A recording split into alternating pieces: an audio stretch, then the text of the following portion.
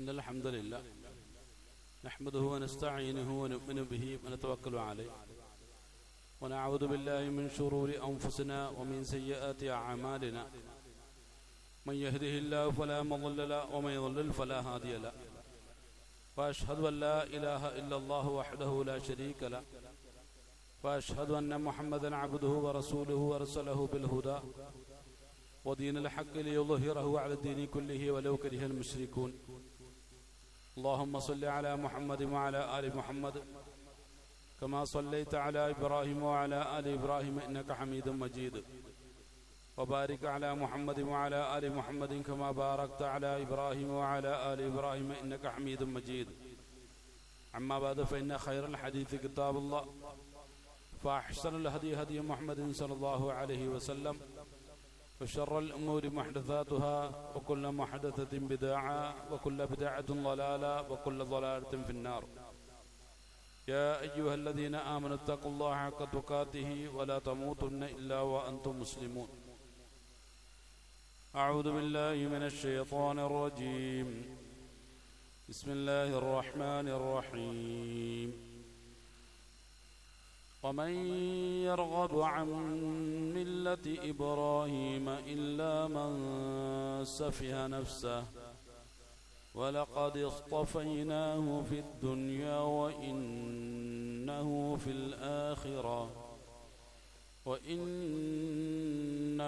في الآخرة لمن الصالحين إذ قال له ربه أسلم قال أسلمت لرب العالمين. പ്രിയമുള്ള സഹോദരങ്ങളെ സഹോദരിമാരെ, അല്ലാഹുവിൻ്റെ കൽപ്പനകളെ അങ്ങേയറ്റം സൂക്ഷ്മതയോടുകൂടി കൈകാര്യം ചെയ്യണമെന്നും തഖ്വ ഉൾക്കൊണ്ട് ജീവിതത്തെ ചിട്ടപ്പെടുത്തണമെന്നും എന്നോടും നിങ്ങളോടും ഉണർത്തുകയാണ്. അല്ലാഹുവിൻ്റെ കൽപ്പനകളെ സഗൗരവം കണക്കിലെടുക്കുകയും അവകളെ പ്രായോഗികവൽക്കരിക്കുകയും അവസാന നിമിഷത്തിൽ കലിമത്തു ഷഹാദ ഉച്ചരിച്ചുകൊണ്ട് അള്ളാഹുവിൻ്റെ പൊരുത്തത്തോടുകൂടി അള്ളാഹുവിൻ്റെ അടുക്കിലേക്ക് യാത്ര ചെയ്യാൻ ഭാഗ്യം സിദ്ധിക്കുന്ന സജ്ജനങ്ങളുടെ കൂട്ടത്തിൽ ഉൾപ്പെടുത്തി അള്ളാഹു നമ്മെ ഏവരെയും അനുഗ്രഹിക്കുമാറാകട്ടെ. ശുദ്ധ ഖുർആനിലെ രണ്ടാമത്തെ സൂറത്തായ സൂറത്തുൽ ബഖറയുടെ 130-ാമത്തെ ആയത്തിലൂടെ അള്ളാഹു സുബ്ഹാനഹു തആല വളരെ പ്രധാനപ്പെട്ട ഒരു ചോദ്യം നമ്മോട് ചോദിക്കുകയാണ്. ومن يرغب عن ملة إبراهيم, ഇബ്രാഹിം നബി അലൈഹിസ്സലാമയുടെ മില്ലത്തിനോട് വിമുഖത കാണിക്കുന്നവൻ ആരാണ്? അള്ളാഹു തന്നെ അതിന് ഉത്തരം കൊടുക്കുകയാണ്. ഇല്ലാമൻ സഫിഹ നഫ്സ, സ്വന്തത്തെ മൂഢമാക്കിയവനല്ലാതെ, സ്വയം വിഡ്ഢിയായവനല്ലാതെ ഒരിക്കലും അത് സാധ്യമാവുകയില്ല. അതിനുള്ള കാരണം കൂടി അല്ലാഹു സുബ്ഹാനഹു വതആല പറയുന്നു. വലഖദ് ഇസ്തഫൈനാഹു, അല്ലാഹു മഹാനായ ഇബ്രാഹിം നബി അലൈഹിസ്സലാമയെ തിരഞ്ഞെടുത്തിട്ടുള്ളത് ഫിദ്ദുനിയ, ദുനിയാവുമായി ബന്ധപ്പെട്ട വിഷയങ്ങളിലാണ്. വഇന്നഹു, നിശ്ചയമായും അദ്ദേഹം തിരഞ്ഞെടുത്തിട്ടുള്ളത് ഫിൽ ആഖിറ, ആഖിറയുമായി ബന്ധപ്പെട്ട, പരലോകവുമായി ബന്ധപ്പെട്ട വിഷയത്തിലാണ്. കാരണം ലമിന സ്വാലിഹീൻ, അദ്ദേഹത്തെ ഒരു സ്വാലിഹായി, ഒരു സജ്ജനമായി അല്ലാഹു സുബ്ഹാനഹു തആല ഇരു ലോകങ്ങളും തിരഞ്ഞെടുത്തിട്ടുണ്ട് എന്ന് അല്ലാഹു ബോധിപ്പിക്കുകയാണ്. ഇത്രത്തോളം മഹോന്നതനായ മഹാനായ ഇബ്രാഹിം നബി അലൈഹിസ്സലാമയുടെ മാർഗവും വിട്ട് സഞ്ചരിക്കാൻ അതിനോട് താല്പര്യമില്ലാത്തവൻ സ്വന്തം നഫ്സിനെ മൂഢമാക്കിയവനാണ് എന്ന വിഷയത്തിൽ യാതൊരു സംശയവുമില്ല. നല്ലൊരു ജീവിതം എല്ലാ ആളുകളും സ്വപ്നം കാണുന്ന ഒന്നാണ്. നന്നായി ജീവിക്കണം, സമാധാനത്തോടുകൂടി ജീവിക്കണം, സംതൃപ്തിയോടുകൂടി ജീവിക്കണം, സമാധാനത്തോടുകൂടി അവസാനം ഈ ലോകത്തോട് വിട പറയണം. മുഴുവൻ ആളുകളുടെയും ഒരു ആഗ്രഹവും സ്വപ്നവും അത് തന്നെയാണ്. അതുമായി ബന്ധപ്പെട്ട വിഷയങ്ങളിൽ ആധികാരികമായ ചിന്തകളോ ഗൗരവതരമായിട്ടുള്ള പഠനങ്ങളോ ഫിക്റുകളോ ആ മനുഷ്യന്റെ ജീവിതത്തിൽ ഉണ്ടോ എന്ന് ചോദിച്ചാൽ പലപ്പോഴും അതില്ല എന്ന് തന്നെ നമ്മൾ മറുപടി പറയേണ്ടി വരും. അതൊരു പൊതുവായ വിഷയം എന്നുള്ള നിലയ്ക്കല്ല. വിശുദ്ധ ഖുർആനിലെ ഓരോ ആയത്തുകളോടും നമ്മൾ നേർക്കുനേരെ സംവദിക്കേണ്ടി വരേണ്ട ഒരു സാഹചര്യമാണുള്ളത്. അതിൻ്റെ എല്ലാ ആയത്തുകളുടെയും ഒരു പൊതു സ്വഭാവം അതാണ്. നഫ്സിയായ തലത്തിൽ അത് ശാരീരികമായിട്ടായിരുന്നാലും മാനസികമായിട്ടായിരുന്നാലും നേർക്കുനേരെ നമ്മൾ അതിനോട് സംവദിച്ചുകൊണ്ടേയിരിക്കണം. എന്നെ സംബന്ധിച്ച് ഓരോ ആയത്തുകളെയും മുൻനിർത്തി ചർച്ച ചെയ്യപ്പെടണം. അല്ലാതെ അതൊരു പൊതുജനത്തിന്റെ വിഷയത്തെക്കുറിച്ച് അങ്ങനെ വിശദീകരിക്കുകയോ അങ്ങനെ ചർച്ച ചെയ്തു പോവുകയോ എന്നുള്ളതല്ല. അതുമാകാമെങ്കിലും ആത്യന്തികമായ താല്പര്യം എന്നുള്ളത് എന്നെ മുൻനിർത്തിക്കൊണ്ട് ഞാൻ ഖുർആന്റെ ഓരോ ആയത്തുകളോടും സംവദിക്കുക എന്നുള്ളതാണ്. അല്ലാഹു സുബ്ഹാനഹു വ തആല ഈ ആയത്തിലൂടെ ഇങ്ങനെ പറഞ്ഞിരിക്കുന്നു. അതിനോട് എത്രത്തോളം സഹകരിക്കാൻ എന്നെ കൊണ്ട് സാധിക്കുന്നുണ്ട്, ആ ആശയത്തോട് എത്രത്തോളം രമ്യതയിൽ വരാൻ എന്നെ കൊണ്ട് സാധിക്കുന്നുണ്ട്, എത്രത്തോളം ആ ആയത്തുകളെ എൻ്റെ സ്വന്തം ജീവിതത്തിൽ എനിക്ക് പ്രായോഗികവൽക്കരിക്കാൻ സാധിക്കുന്നുണ്ട്. ഇതായിരിക്കണം ഖുർആനിലെ ഓരോ ആയത്തുകളോടുമുള്ള നമ്മുടെ സമീപനം. അങ്ങനെയാണെങ്കിൽ മാത്രം ഖുർആൻ നമുക്ക് പ്രയോജനപ്രദമാണ്. ഖുർആൻ നമുക്ക് വഴികാട്ടിയാണ്. എല്ലാ അർത്ഥത്തിലും അത് നമ്മുടെ ഇമാമായി മാറും എന്ന വിഷയത്തിൽ യാതൊരു സംശയവുമില്ല. അങ്ങനെയെങ്കിൽ അല്ലാഹു സുബ്ഹാനഹു വ തആല പറഞ്ഞ ഈ ഒരൊറ്റ ഒരു ആയത്ത് 130-ാമത്തെ ആയത്താണ്, രണ്ടാമത്തെ സൂറത്തായ സൂറത്തുൽ ബഖറയിൽ. അല്ലാഹു വമൻ യർഗബു അൻ മില്ലത്തി ഇബ്രാഹീമ ഇല്ലാ മൻ സഫിഹ നഫ്സ. സ്വന്തം നഫ്സിനെ മൂഢമാക്കിയവനാണോ നീ എന്ന് എന്നോട് അല്ലാഹു ചോദിക്കുകയാണ്. അതിന് ഞാൻ എന്താണ് ഉത്തരം കൊടുക്കുക? അതെ എന്നാണോ? അല്ല എങ്കിൽ അല്ല എന്നാണോ? അതേ എന്നാണെങ്കിൽ കാര്യമായ ഒരു വിശദീകരണങ്ങൾ ഒരു ആവശ്യമില്ല. കാരണം എനിക്ക് താല്പര്യമില്ല, അത്ര തന്നെ. അല്ലെങ്കിൽ നിലവിലുള്ള എൻ്റെ സാഹചര്യത്തെ അതിനോട് ചേർത്ത് കെട്ടാൻ എന്നെ കൊണ്ട് സാധ്യമാകുന്നില്ല. അങ്ങനെയുള്ള ചില ഒഴിവ് കഴിവുകൾ പറഞ്ഞിട്ട് ഞാൻ അതിൽ നിന്നും പിന്മാറുകയാണ്. ചുരുക്കത്തിൽ എനിക്ക് ഇബ്രാഹിം നബി അലൈഹി സ്വലാമയുടെ മില്ലത്ത് അഥവാ മാർഗം ആവശ്യമില്ല എന്നർത്ഥം. അതിന്റെ മറുവശം, ഇപ്പോ വിശുദ്ധമായ ഈ ഒരു പള്ളിയിൽ ഈ മഹത്തായ ജുമാ കർമ്മത്തിന് വേണ്ടി ഒരുമിച്ച് കൂടിയ ആളുകൾ എന്നുള്ള നിലയ്ക്ക് നാമൊക്കെയും അതിനോട് മറുപടി പറയാൻ അല്ലെങ്കിൽ പ്രതികരിക്കാൻ ആഗ്രഹിക്കുന്നത് അതേ എന്നായിരിക്കും. ആഗ്രഹിക്കുന്നത് അതേ എന്നായിരിക്കും. ആ ഇബ്രാഹിം നബി അലൈഹി സ്വലാമിയുടെ മില്ലത്തിലൂടെ തന്നെ സഞ്ചരിക്കണമെന്നാണ് ഞങ്ങളുടെ ആഗ്രഹം. അപ്പൊ സ്വാഭാവികമായും നമ്മുടെ ജീവിതത്തിന്റെ ഓരോരോ സന്ദർഭങ്ങളെയും മുൻനിർത്തി അള്ളാഹുവിന് ചോദിക്കാനുണ്ട്, സാധിക്കുന്നുണ്ടോ എന്നുള്ളതാണ്. അള്ളാഹുവുമായി ബന്ധപ്പെട്ട വിഷയങ്ങളിലൊക്കെ ഒരു ഇബ്രാഹിം നബി അലൈഹി സ്വലാം ആകാൻ താങ്കളെ കൊണ്ട് അല്ലെങ്കിൽ എന്നെ കൊണ്ട് സാധിക്കുന്നുണ്ടോ? ഖുർആൻ എന്നോട് അങ്ങനെയാണ് ചോദിക്കുന്നത്. അള്ളാഹുവുമായി ബന്ധപ്പെട്ട വിഷയങ്ങൾ എന്ന് പറയുമ്പോൾ അത് ഞാനും അള്ളാഹുവുമായിട്ട് മാത്രം ബന്ധം വരുന്ന ആരാധനകളുമായി ഇബാദത്തുകളുമായി ബന്ധപ്പെടുന്ന ചില വിഷയങ്ങളാണ്. അതിന്റെ ഭാഗമായിട്ട് തന്നെ അല്ലാഹു സുബ്ഹാനഹു വ തആല ഇബാദത്താണ് എന്ന് പറഞ്ഞ് പരിചയപ്പെടുത്തിയിട്ടുള്ളതും പഠിപ്പിച്ചിട്ടുള്ളതുമായ മറ്റൊരു വിഷയം ഞാനും എൻ്റെ ചുറ്റോട് ചുറ്റുമുള്ള സമൂഹവുമായിട്ടുള്ള ബന്ധമാണ്, അവരുമായിട്ടുള്ള ഇടപാടുകൾ. അത് ഇബാദത്ത് എന്നുള്ളൊരു തലത്തിലേക്ക് എനിക്ക് മാറ്റാൻ സാധിക്കുന്നുണ്ടോ ഇല്ലയോ? അതിനുമപ്പുറം ഒരൽപ്പം കൂടി ചുരുക്കത്തിലേക്ക് ചുരുങ്ങി വന്നാൽ എൻ്റെ കുടുംബം, എൻ്റെ വ്യക്തി ജീവിതം, ഇതൊക്കെയും ഇബ്രാഹിം നബി അലൈഹി സ്വലാമയുടെ മില്ലത്തിനോട് യോജിച്ചു നിൽക്കുന്ന തലത്തിൽ മുന്നോട്ട് കൊണ്ടുപോകാൻ കഴിയുന്നുണ്ടോ ഇല്ലയോ എന്നുള്ളതാണ്. അപ്പൊ പലപ്പോഴും ഞാൻ പറയും, എനിക്ക് ഒരുപാട് ആഗ്രഹമുണ്ട്. ഇബ്രാഹിം നബി അലൈഹി സ്വലാമയുടെ ചരിത്രങ്ങളൊക്കെ കേൾക്കുമ്പോൾ ഓരോരോ സന്ദർഭങ്ങളെ കുറിച്ച് കേൾക്കുമ്പോഴും വല്ലാതെ ഞാൻ ആവേശം കൊള്ളാറുണ്ട്. നന്നായി സംസാരിക്കാൻ കഴിയുന്ന, പ്രസംഗകലയെ ഏറ്റവും നല്ല രൂപത്തിൽ അവതരിപ്പിക്കാൻ കഴിയുന്ന ഒരു വ്യക്തിയാണെന്നുണ്ടെങ്കിൽ ചിലപ്പോൾ ഞാൻ കണ്ണീർ വരെ വാർക്കാറുണ്ട്.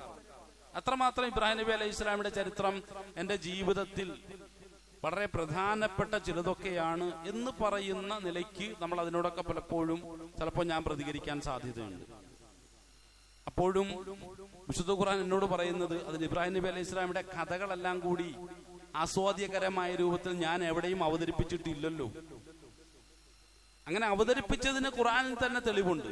അത് യൂസുഫ് നബി അലൈഹി ഇസ്ലാമിയുടെ ചരിത്രമാണ്. അത് വളരെ രസകരമായ രൂപത്തിൽ തന്നെ. എന്നാൽ ഇടയ്ക്കിടെ ചില കമന്ററികൾ പറഞ്ഞുകൊണ്ടാണെങ്കിൽ കൂടി പൂർണ്ണമായ അർത്ഥത്തിൽ യൂസുഫ് നബി അലൈഹി ഇസ്ലാമിയുടെ ചരിത്രം അല്ലാഹു സുബ്ഹാനഹു തആല വിശുദ്ധ ഖുർആനിൽ ഒരേ ഒരു അവസ്ഥയിലാണ് അവതരിപ്പിച്ചിട്ടുള്ളത്. അതിന് സൂറത്ത് യൂസുഫ് എന്ന് പേര് കൊടുക്കുകയും ചെയ്തു. എന്നാൽ സൂറത്തുൽ ഇബ്രാഹിം എന്ന ഒരു സൂറത്ത് വിശുദ്ധ ഖുർആനിലുണ്ട്. അതെടുത്ത് നാം ഒന്ന് പരിശോധിച്ച് നോക്കിക്കഴിഞ്ഞാൽ ഇബ്രാഹിം നബി അലൈഹി ഇസ്ലാമയെ കുറിച്ച് വളരെ കുറച്ച് മാത്രമേ ചർച്ച ചെയ്യപ്പെടുന്നുള്ളൂ. ഇബ്രാഹിം നബി അലൈഹി ഇസ്ലാമയും അവിടുത്തെ ജീവിതവുമായി ബന്ധപ്പെട്ട കുറച്ച് കാര്യങ്ങളെ കുറിച്ച് പറയുന്നുണ്ട്. അതും ഇങ്ങനെ അടുക്കിയ രൂപത്തിലല്ല പറഞ്ഞിട്ടുള്ളൂ. അത് ചില ഭാഗങ്ങൾ പറയുന്നു, അതിനുശേഷം വേറെന്തൊക്കെയോ ചർച്ചകൾ നടത്തും, അതിനുശേഷം കുറച്ച് ഭാഗങ്ങൾ പറയുന്നു. പിന്നെ ബാക്കിയുള്ള ഇബ്രാഹിം നബി അലൈഹി ഇസ്ലാമിയുടെ ജീവിതത്തെ കുറിച്ച് ഞാൻ മനസ്സിലാക്കണമെങ്കിൽ മറ്റുള്ള സൂറത്തുകളിലൂടെ ഞാൻ സഞ്ചരിക്കേണ്ടി വരും. അതുകൊണ്ട് തന്നെ ഖുർആൻ എന്നോട് പറയുന്നു, നിനക്ക് ആസ്വദിക്കാൻ വേണ്ടിയിട്ടൊന്നും അല്ല ഇബ്രാഹിം നബി അലൈഹി ഇസ്ലാമിയുടെ ചരിത്രം നാം ഖുർആനിൽ അവതരിപ്പിച്ചിട്ടുണ്ട്. ഇത് ഞാനും അള്ളാഹുവും ഖുർആനുമായി സംവദിക്കുമ്പോൾ സ്വാഭാവികമായും ഉണ്ടാകുന്ന ചില ചിന്തകളാണ്. അത് നമുക്കെല്ലാവർക്കും അത്തരം ചില ഖുർആനികമായ അനുഭവങ്ങളും ചില ചിന്തകളും ഉണ്ടായിട്ടുണ്ടാകാം. അപ്പോ ആ നിലയ്ക്ക് ആസ്വാദ്യകരമായ രൂപത്തിലോ ഒരു സാഹിത്യ ഭംഗി എന്നുള്ള രൂപത്തിലോ ഒന്നും അല്ലാഹു സുബ്ഹാനഹു തആല ഇബ്രാഹിം നബി അലൈഹി ഇസ്ലാമിയെ കുറിച്ചോ മറ്റുള്ള പ്രവാചകന്മാരെ കുറിച്ചോ ഒന്നും അവതരിപ്പിച്ചിട്ടില്ല. ചുരുക്കം പറഞ്ഞാൽ കഥ കേട്ട് ആവേശം കൊള്ളുക എന്നുള്ളതല്ല ഇതിന്റെ താല്പര്യം. പിന്നെയോ എന്റെ നഫ്സിനെ ചേർത്ത് വെച്ചുകൊണ്ട് അതിനോട് ഞാൻ സംവദിക്കുക എന്നുള്ളതാണ്. ഇബ്രാഹിം നബി അലൈഹി ഇസ്ലാമിയുടെ മില്ലത്തിനോട് എനിക്ക് ചേർന്ന് നിൽക്കാൻ സാധിക്കുന്നുണ്ടോ? ഇല്ല എങ്കിൽ എന്തൊക്കെ വസ്തുതകളാണ് അതിന് പ്രതിബന്ധമായി നിലകൊള്ളുന്നത്? അപ്പൊ ഞാൻ പറയും, എന്റെ കുടുംബം പ്രധാനപ്പെട്ട ഒരു സംഗതിയാണല്ലോ. പലപ്പോഴും ഇബ്രാഹിം നബി അലൈഹി ഇസ്ലാമിയുടെ ജീവിതത്തോട് ചേർന്ന് നിൽക്കാൻ ഞാൻ ശ്രമിക്കുമ്പോഴൊക്കെ എന്റെ കുടുംബം, എന്റെ ഭാര്യ, ഭാര്യയുടെ കുടുംബക്കാരും അല്ലെങ്കിൽ എന്റെ കുടുംബക്കാർ ഒക്കെ എന്ത് ചെയ്യുന്നു? അതിൽ നിന്നും മാറി നിൽക്കാൻ എന്നെ പ്രേരിപ്പിക്കുന്നുണ്ട്. അങ്ങനെ ഒരു പ്രചോദനം ജീവിതത്തിൽ എനിക്കിങ്ങനെ ലഭിച്ചുകൊണ്ടേയിരിക്കുകയാണ്. അല്ലെങ്കിൽ എൻ്റെ മക്കൾ, അങ്ങനെ കുടുംബവുമായി ബന്ധപ്പെട്ട പല സാഹചര്യങ്ങളും ഇബ്രാഹിം നബി അലൈഹി സ്വലാമയുടെ ജീവിതത്തിൽ നിന്നും തെന്നി മാറി നിൽക്കാൻ എന്നെ പ്രേരിപ്പിച്ചുകൊണ്ടിരിക്കുകയാണ്. അല്ലാഹു എന്നോട് ചോദിക്കും, അല്ല ഇബ്രാഹിം നബി അലൈഹി സ്വലാം എന്റെ വഴിയിലേക്ക്, എന്നിലേക്ക് വന്നണയുന്നതിന് വേണ്ടി ആദ്യമായി മാറ്റി നിർത്തിയത് എന്തൊക്കെയാണ്? അതിനെക്കുറിച്ച് നിനക്ക് അറിയില്ലേ എന്ന് ഖുർആൻ എന്നോട് ചോദിക്കുമ്പോൾ ഞാൻ ഖുർആനെ മുൻനിർത്തിക്കൊണ്ട് മഹാനായ ഇബ്രാഹിം നബി അലൈഹി സ്വലാമയുടെ ജീവിതത്തെ ഒന്ന് പഠിക്കേണ്ടി വരും. അവിടെ ആദ്യം തന്നെ ഇബ്രാഹിം നബി അലൈഹി സ്വലാം മാറ്റി നിർത്തേണ്ടി വരുന്നത് സ്വന്തം കുടുംബത്തെയാണ്. കാരണം അന്ന് കല്യാണം കഴിച്ചിട്ടില്ല, വിവാഹ ജീവിതത്തിലേക്ക് കടന്നു വന്നിട്ടില്ല, മക്കളായിട്ടില്ല. എങ്കിൽ പോലും ഒരു കുട്ടിയെ സംബന്ധിച്ചിടത്തോളം അവന്റെ എല്ലാം എന്നുള്ളത് അവന്റെ മാതാവും പിതാവുമാണ്. ഭൗതിക ജീവിതത്തിലുള്ള അനുകൂലമായ സാഹചര്യം എന്നുള്ളത് പിതാവിന്റെ സപ്പോർട്ടാണ്. അപ്പൊ ഇതിൽ നിന്നും മാറി നിൽക്കാൻ ഒരു കുട്ടിയെ സംബന്ധിച്ചിടത്തോളം സ്വയം പ്രേരിതമാകുന്നുവെങ്കിൽ അത് വലിയൊരു വെല്ലുവിളി ഏറ്റെടുക്കുന്നതിന്റെ ഭാഗമായിട്ട് മാത്രമേ അതിൽ നിന്നും മാറി നിൽക്കാൻ സാധിക്കൂ. എന്നാൽ ഇബ്രാഹിം നബി അലൈഹി സ്വലാം അത് ചെയ്തിട്ടുണ്ട്. അതിനുശേഷം മക്കളാണോ വിഷയം, ഭാര്യയാണോ വിഷയം? അങ്ങനെയെങ്കിൽ സിറിയയിൽ നിന്നും മക്കയിലേക്ക് സ്വന്തം കുഞ്ഞിനെയും, അത് കൈക്കുഞ്ഞായ അവസ്ഥയിൽ തന്നെ ആ കുഞ്ഞിനെയും അതുപോലെ തന്നെ ഭാര്യയും ഞാൻ പറഞ്ഞു വിട്ടതും, ആ മക്കയിൽ പോയി ഒറ്റയ്ക്ക് അവരോട് താമസിക്കാൻ ഞാൻ പറഞ്ഞതുമായിട്ടുള്ള കാര്യങ്ങൾ ഖുർആനിലൂടെ നിനക്ക് വായിക്കാൻ സാധിക്കുമല്ലോ എന്നോട് ഖുർആൻ പറയുമ്പോൾ അതിന്റെ കൃത്യമായിട്ടുള്ള ചരിത്ര ഭാഗങ്ങൾ ഖുർആനിലൂടെ തന്നെ അല്ലാഹു സുബ്ഹാനഹു വ തആല എനിക്ക് മനസ്സിലാക്കി തരുന്നുണ്ട്. കൈക്കുഞ്ഞാണ്, പടച്ചവനെ ഞാൻ എന്ത് ചെയ്യാനാണ്? അതും ഇന്നത്തെ മക്കയല്ല. ഇന്നത്തെ മക്കയിൽ പോയി കഴിഞ്ഞാൽ എല്ലാം കൊണ്ടും അനുകൂലമാണ്, ഒരാളും പട്ടിണി കിടക്കില്ല. അത് അറബികളുടെ ഒരു സ്വഭാവമാണ്. എന്നും എന്തെങ്കിലുമൊക്കെ ഭക്ഷണ പദാർത്ഥങ്ങളുമായിട്ടാണ് അവർ വിശുദ്ധമായ ഹറമിലേക്ക് കടന്നു വരിക. അത് അവരുടെ ഒരു സ്വഭാവമാണ്. നമ്മളിങ്ങനെ നമസ്കാരമൊക്കെ കഴിഞ്ഞ് അങ്ങനെ ഇരിക്കുമ്പോൾ, ഖുർആൻ പാരായണം ചെയ്തുകൊണ്ടിരിക്കുമ്പോൾ പതുക്കെ അടുത്ത് വന്നിട്ട് അവരുടെ ഭക്ഷണത്തിന്റെ ഭാഗങ്ങൾ നമുക്കിങ്ങനെ നീട്ടിക്കൊണ്ടേയിരിക്കും. അല്ലെങ്കിൽ നല്ല മുന്തിയിനം ഈത്തപ്പഴം നമുക്കിങ്ങനെ വിതരണം ചെയ്തുകൊണ്ടേയിരിക്കും. കുടിക്കാൻ നല്ല ഗാവകൾ വിതരണം ചെയ്തുകൊണ്ടേയിരിക്കും. ചുറ്റോട് ചുറ്റും നമ്മൾ നോക്കുമ്പോൾ ഉയർന്നു നിൽക്കുന്ന ക്ലോക്ക് ടവറിന്റെ വലിയ മന്ദിരങ്ങൾ, അത് വർണ്ണാഭമായ രൂപത്തിൽ അതിന്റെ സൗന്ദര്യമൊക്കെ പ്രകടിപ്പിച്ചുകൊണ്ട് നിലകൊള്ളുകയാണ്. ഇന്നത്തെ മക്കയെ സംബന്ധിച്ചിടത്തോളം ആരും പറഞ്ഞില്ലേലും അങ്ങോട്ട് പോകാൻ തോന്നും. എന്നാൽ മക്കയുടെ പ്രാന്ത പ്രദേശങ്ങളിലുള്ള ചില പ്രദേശങ്ങളിലൂടെ നമ്മൾ സഞ്ചരിക്കുമ്പോൾ പരിക്കൻ സ്വഭാവങ്ങൾ പ്രകടിപ്പിക്കുന്ന ധാരാളം കുന്നുകളും മലകളും നമുക്ക് കാണാൻ സാധിക്കും. നല്ല വെയിലുള്ള, സൂര്യൻ നന്നായി കത്തുന്ന സാഹചര്യത്തിൽ, കാലാവസ്ഥയിൽ ആ മലകൾക്കിടയിലൂടെ നമ്മൾ ശീതീകരിച്ച വാഹനത്തിനുള്ളിൽ സഞ്ചരിക്കുമ്പോൾ നമുക്ക് അങ്ങനെ സഞ്ചരിക്കാൻ കഴിയുള്ളൂ.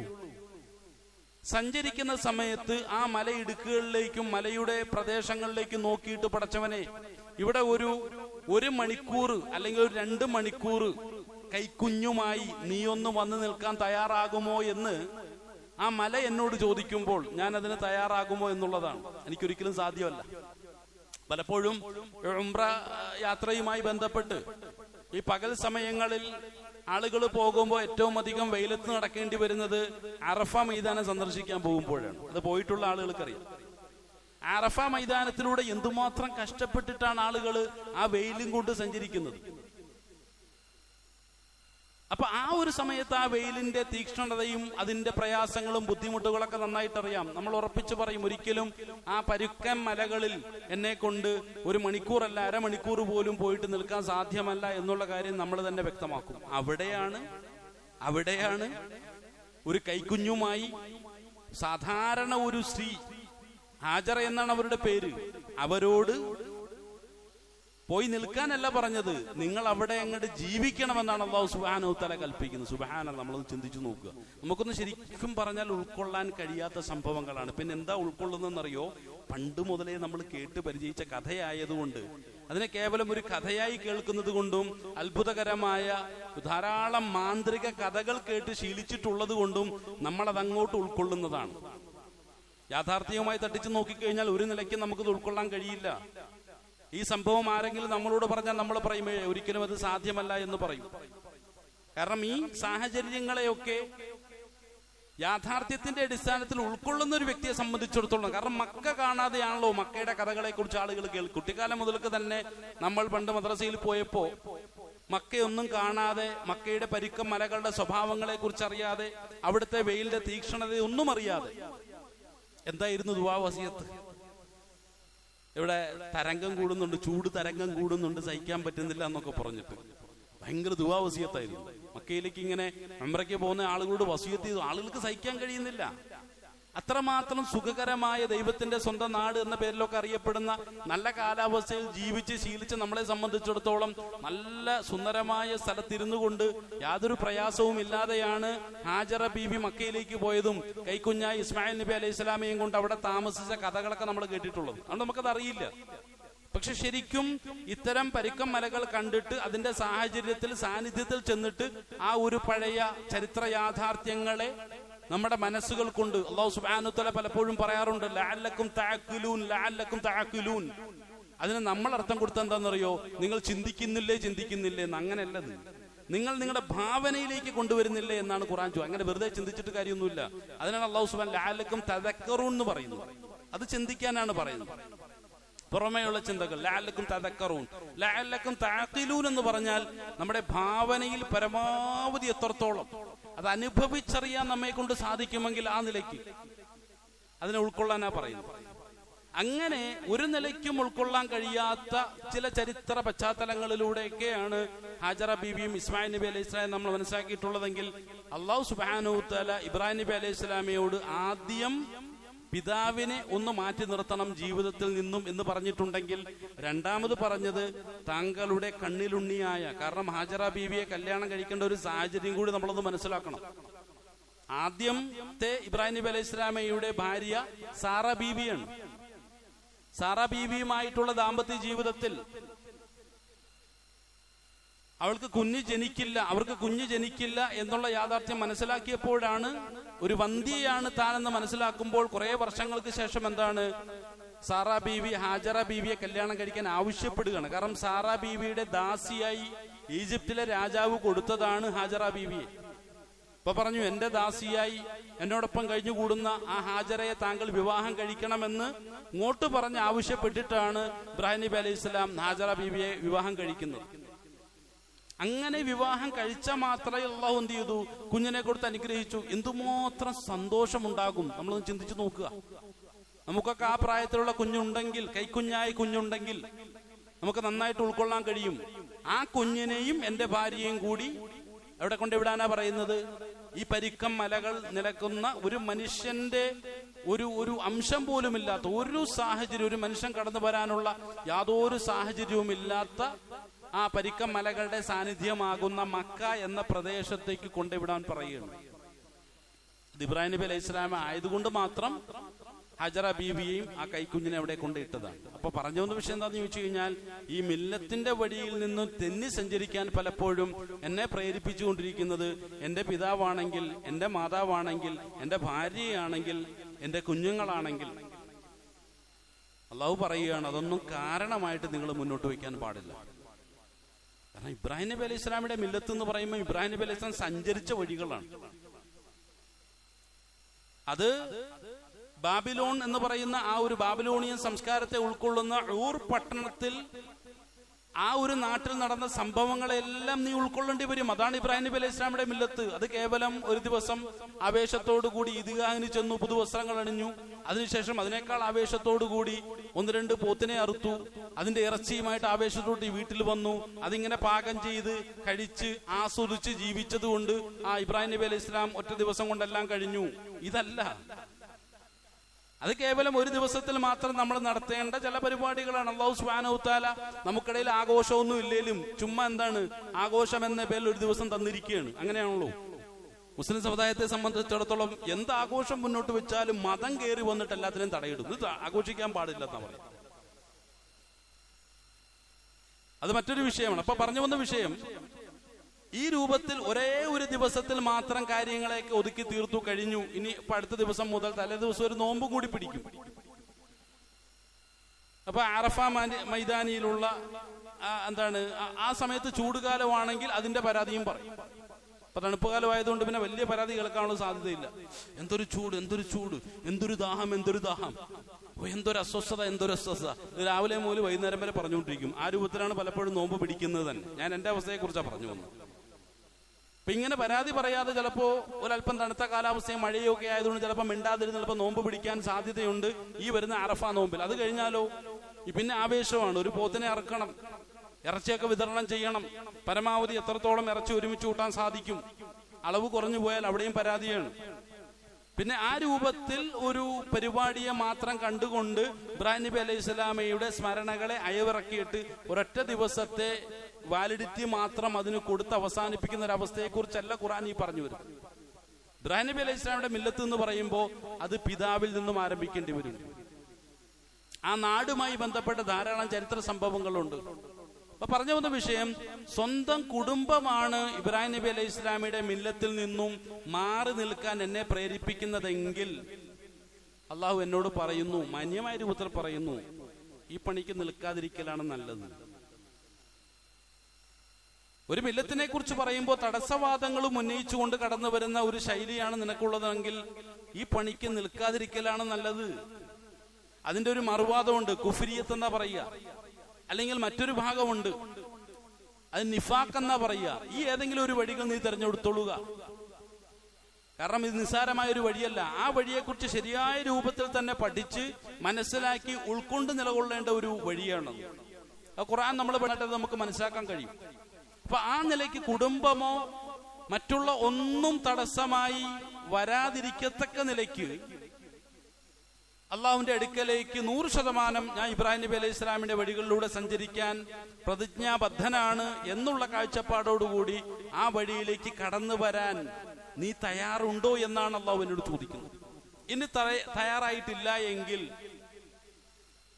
എല്ലാമൻ സഫിഹ നഫ്സ, നിന്റെ നഫ്സിനെ നീ തന്നെ എന്താണ് വിഡ്ഢിയാക്കി കളഞ്ഞിരിക്കുകയാണ്. കാരണം പലപ്പോഴും എന്തൊക്കെയോ ചില അസ്വസ്ഥതകളാണ് ഇത്തരം വലിയൊരു മാർഗത്തിൽ നിന്നും എന്നെ തടയിടുന്നതെങ്കിൽ, ഇപ്പൊ ഇബ്രാഹിം നബി അലൈഹി ഇസ്ലാമിയുടെ മാർഗത്തിലൂടെ സഞ്ചരിക്കുക എന്ന് പറഞ്ഞാൽ അതൊക്കെ നിസ്സാരമായ വിഷയമൊന്നുമല്ല, വലിയ ബുദ്ധിമുട്ടുള്ള ഒരു കാര്യമാണ്.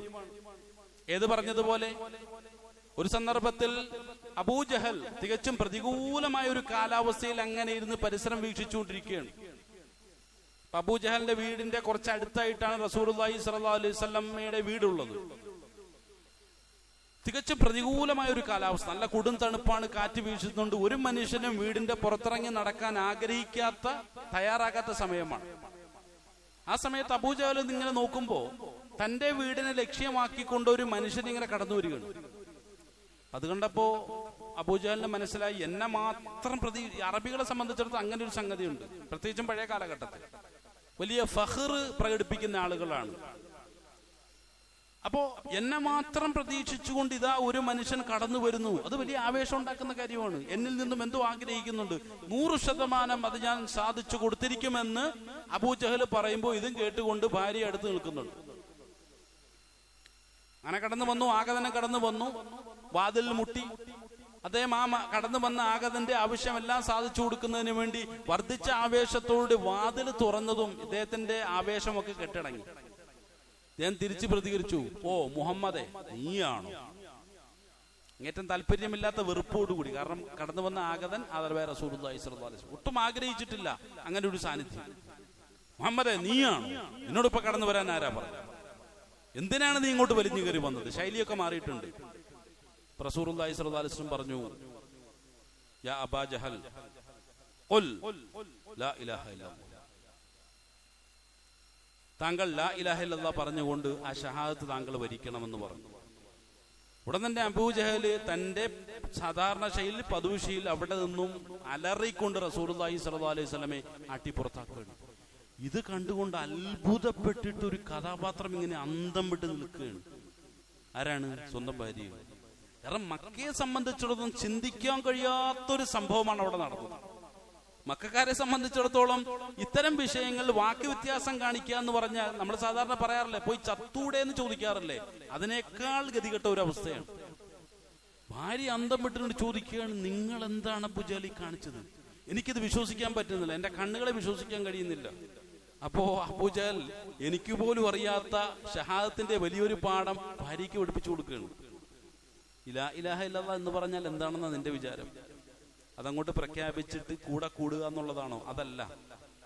ലാ ഇലാഹ ഇല്ലല്ലാഹ് എന്നുള്ള പ്രഖ്യാപനം അത് അറബി, അതിന്റെ എന്താണ് ഫുസ്ഹ അറബി മനസ്സിലാക്കിയ ആളുകളെ സംബന്ധിച്ച് നന്നായിട്ട് അറിയാൻ പറ്റും. അതിന്റെ സാഹിത്യം, അതിന്റെ വ്യാകരണ ശാസ്ത്രം എല്ലാം നന്നായിട്ട് മനസ്സിലാക്കിയ, അതിന്റെ പിന്നിലുള്ള മനഃശാസ്ത്രവും മനസ്സിലാക്കിയ ഒരാളെ സംബന്ധിച്ച് നിസ്സാരമായൊരു വിഷയമല്ല.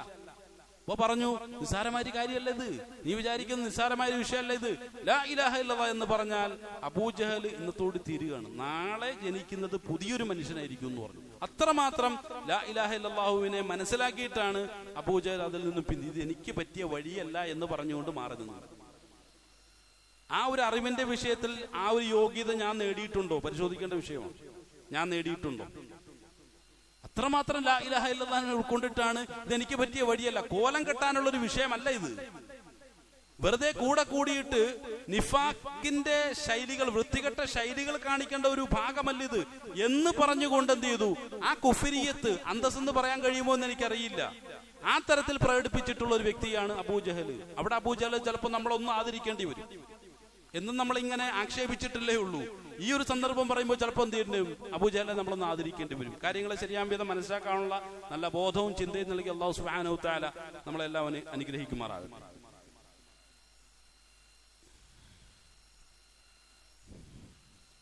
അൽഹംദുലില്ലാഹി റബ്ബിൽ ആലമീൻ, വസ്സലാത്തു വസ്സലാമു അലാ അഷ്റഫിൽ മുർസലീൻ വഅലാ ആലിഹി വസഹ്ബിഹി അജ്മഈൻ, അമ്മാ ബഅദ്. അല്ലാഹുവിന്റെ കൽപ്പനകളെ ശിരസാ വഹിച്ചുകൊണ്ട് ജീവിതത്തെ മുന്നോട്ട് നയിക്കണമെന്നും തഖ്വയിൽ കൊണ്ട് ജീവിതത്തെ ചിട്ടപ്പെടുത്തണമെന്നും രണ്ടാമതൊന്നുകൂടി ഉണർത്തുകയാണ്. പ്രിയമുള്ളവരെ, ഇബ്രാഹിം നബി അലൈഹി ഇസ്ലാമിയുടെ മില്ലത്തിനെ കുറിച്ചാണ് പറഞ്ഞു വന്നത്.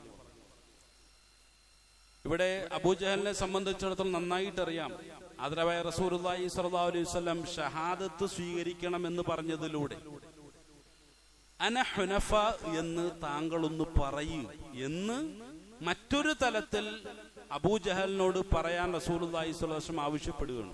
അന ഹുനഫ, അന എന്ന് പറഞ്ഞാൽ ഞാനെന്നാണ്, ഹുനഫ എന്ന് പറഞ്ഞാലോ ഞാനൊരു ഹുനഫ ആണെന്നാണ്. എന്താണ് ഹുനഫ എന്ന് പറഞ്ഞാൽ?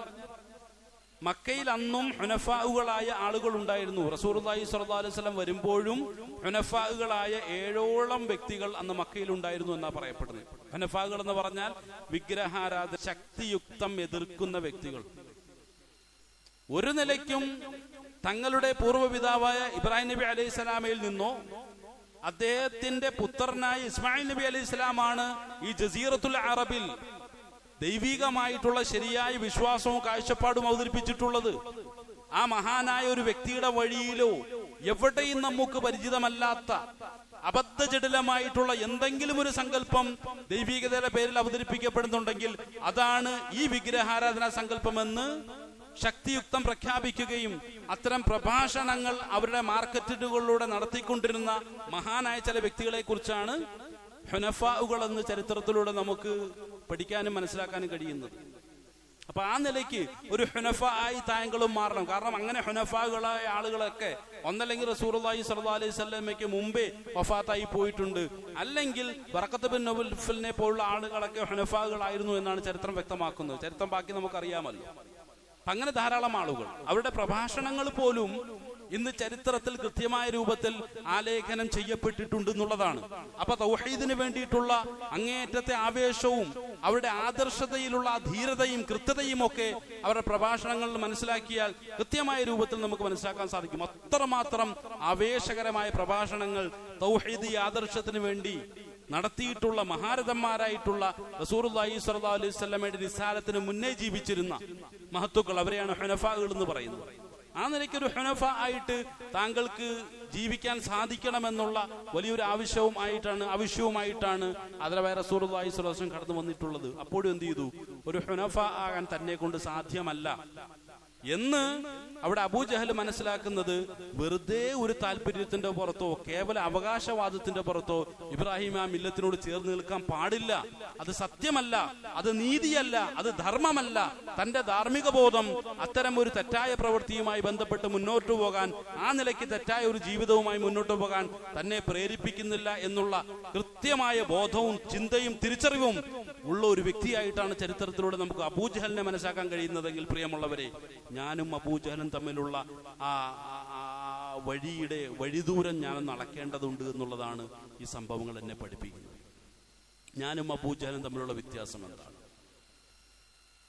എന്നെയും അബൂജഹലിനെയും കൂടി ഒന്ന് പരിശോധിച്ച് നോക്കുമ്പോൾ എന്നേക്കാൾ മഹാൻ അബൂജഹൽ ആകുമോ?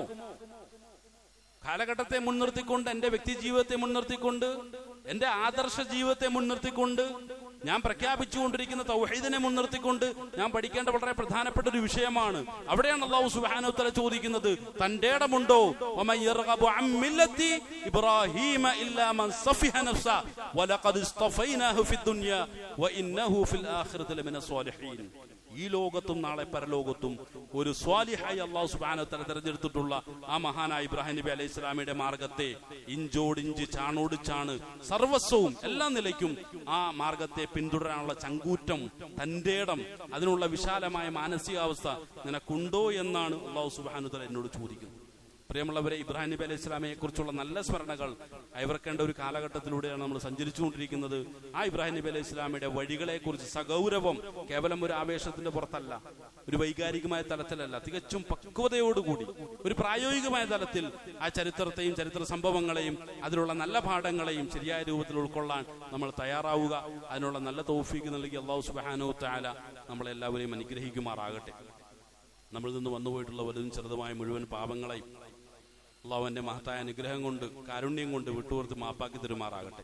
ഇബ്രാഹിം നബി അലൈഹി സ്വലാമയുടെ മില്ലത്തിനെ ശരിയായ രൂപത്തിൽ അറിയാനും ആ മില്ലത്തിനെ പൂർണ്ണമായ രൂപത്തിൽ പിൻപറ്റി ഒരു ഹുനഫ ആയി, ഒരു മുവഹിദായി അള്ളാഹുവിന്റെ അടുക്കിലേക്ക് യാത്ര ചെയ്യാനുള്ള വലിയ സൗഭാഗ്യം നൽകി അള്ളാഹു നമ്മളെല്ലാവരെയും അനുഗ്രഹിക്കുമാറാകട്ടെ. നമ്മളിൽ നിന്ന് മരണപ്പെട്ടു പോയിട്ടുള്ള മുഴുവൻ ആളുകളുടെയും ഖബറുകളെ അള്ളാഹു സുബ്ഹാനഹു വ തആല വിശാലമാക്കുകയും അവർക്കൊക്കെ മഗ്ഫിറത്തും റഹ്മത്തും കൊണ്ട് അനുഗ്രഹിക്കുകയും ചെയ്യുമാറാകട്ടെ. പെട്ടെന്നുള്ള മരണങ്ങളിൽ നിന്നും മാരകമായ രോഗങ്ങളിൽ നിന്നും എല്ലാവിധ പല മുസീബത്തുകളിൽ നിന്നും പ്രകൃതിക്ഷോഭങ്ങളിൽ നിന്നും അള്ളാഹു നമ്മളെയും നമ്മുടെ കുടുംബത്തിലുള്ള നാട്ടിലുള്ള മുഴുവൻ ആളുകളെയും കാത്തുരക്ഷിച്ച് അനുഗ്രഹിക്കുമാറാകട്ടെ. ലോക മുസ്ലിമീങ്ങളെ അള്ളാഹു സുബ്ഹാനഹു തആല അനുഗ്രഹിക്കുമാറാകട്ടെ. നഷ്ടപ്പെട്ടു ഇസ്സത്തിനെ ഖുർആന്റെ ഹദീസിന്റെ വഴിയിലൂടെ തിരിച്ചു പിടിക്കാനുള്ള തൗഫീഖും താക്കത്തും കൊടുത്ത് മുസ്ലിം ലോകത്തെ അള്ളാഹു സുബ്ഹാനഹു തആല അനുഗ്രഹിക്കുമാറാകട്ടെ. ഇസ്ലാമിനെതിരിൽ നടന്നുകൊണ്ടിരിക്കുന്ന മുഴുവൻ പ്രവർത്തനങ്ങളെയും അള്ളാഹു വൃഥാവിലാക്കുമാറാകട്ടെ. അവരൊക്കെ അള്ളാഹു നിന്ദ്യതയിൽ അകപ്പെടുത്തുമാറാകട്ടെ.